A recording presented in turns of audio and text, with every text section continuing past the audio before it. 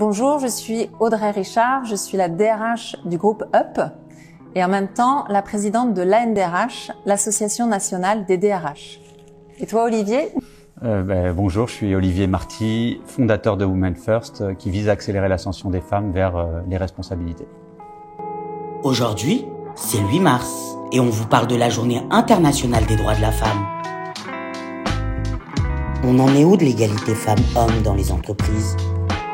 Alors sur l'égalité hommes-femmes dans les entreprises, on a beaucoup évolué, ça c'est clair. La loi Copé-Zimmermann a enclenché tout un processus, une prise de conscience. Aujourd'hui, il y a des engagements des entreprises.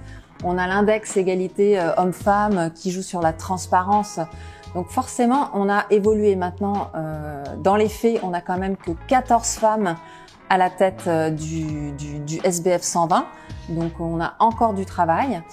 Et un petit point d'attention, aujourd'hui avec la présidence française de l'Union européenne, il y a un chantier sur la transparence des salaires. Ça va arriver en entreprise bientôt, faut qu'on se prépare. Mais ça peut avoir un impact complémentaire sur l'égalité professionnelle en France. Je suis d'accord, effectivement, ça avance, mais il y a encore du travail. On a constaté que sur le CAC 40, on est passé de 2020 à 2022 de 19 à 24% de femmes dans les COMEX. Donc ça avance un petit peu. S'agissant du SBF, tu disais donc 14 femmes à la tête des 120 plus grosses entreprises. On va passer à 16 avec la nomination d'Estrel Brachianov chez Veolia et bien évidemment Christelle Heidemann chez Orange. Donc ça représente encore que 13% des 120 plus grosses entreprises. Un article des Échos indiquait aujourd'hui qu'il manquait 212 femmes dans les COMEX du SBF 120 pour atteindre la parité. Donc ce qui est positif, c'est qu'il y a énormément d'opportunités qui vont arriver pour les femmes dans les prochaines années. Oui, et puis les ressources humaines ont toute leur place et elles ont un rôle très très important à jouer dans ce travail. Les obligations légales se renforcent. Qu'est-ce qui coince encore? Qu'est-ce qui pourrait faire bouger les lignes? Là encore une fois, la fonction RH a tout son rôle. Et elle peut avoir un rôle à jouer encore aujourd'hui sur la formation, sur la lutte contre les stéréotypes par exemple. Elle a tout son rôle sur l'accompagnement de profils féminins. Et ce que tu fais Olivier à travers Women First est vraiment super. Ça met en visibilité sur un réseau très très large, ça met en visibilité. Et ça permet aux femmes de se dire, eh bien pourquoi pas moi.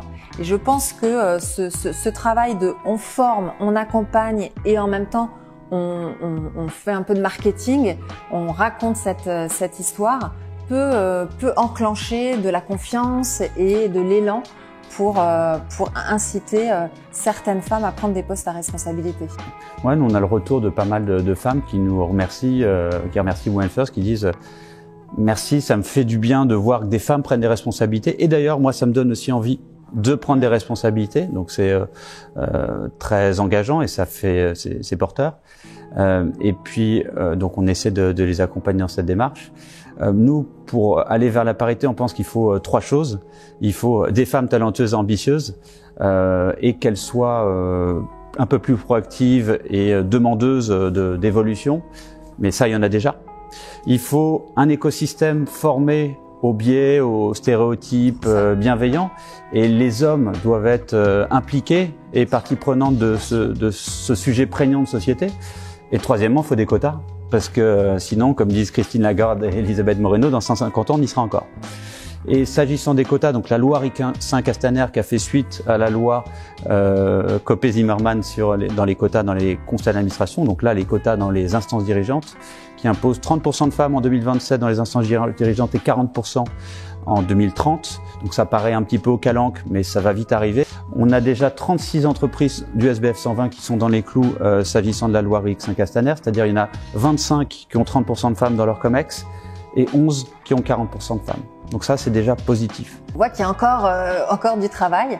Après, je compléterais sur l'équilibre des temps. Et on l'a vu notamment pendant la phase du Covid, où il y a pu y avoir un certain nombre de témoignages qui indiquaient que c'était pas facile de gérer les temps. Et l'entreprise, du coup, ou les ressources humaines ont cette responsabilité d'apporter de la flexibilité à plusieurs niveaux dans l'organisation du travail, dans le fait de peut-être proposer des choses autour des salariés aidants également. Voilà, donc ça on y travaille à travers avec les partenaires sociaux qui d'ailleurs se sont un peu plus féminisés qu'auparavant. En tout cas, c'est ce que on a pu noter.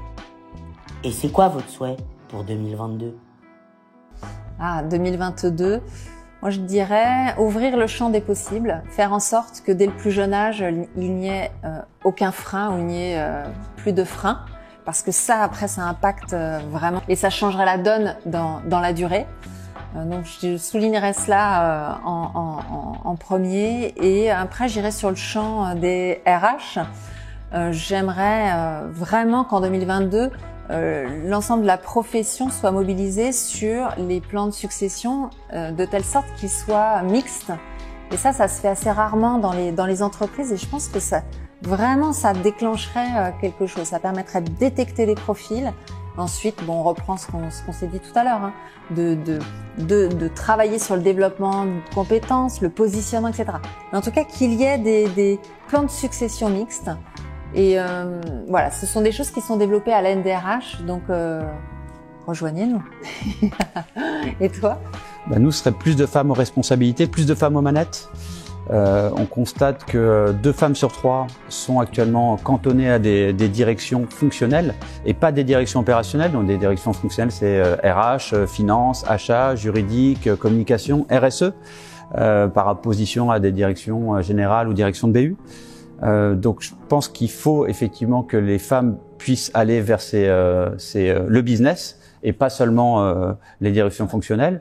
Inversement, que les hommes puissent avoir accès aussi à des postes de direction fonctionnelle. Les postes de direction fonctionnelle ne doivent pas être réservés à des femmes pour des histoires de quotas. Et d'ailleurs, s'il y a un bémol dans la loi Rixain-Castaner, c'est qu'il y a un impact quantitatif mais pas qualitatif. Donc attention à ça. Et pour ce faire, les femmes doivent être plus proactives, demandeuses dans ce dispositif. Et mon dernier souhait pour 2022, c'est que les femmes soient ambitieuses, oui, mais que les hommes soient aussi beaucoup plus impliqués dans leur prise de responsabilité, dans la société en général, dans les organisations en particulier. Très bien.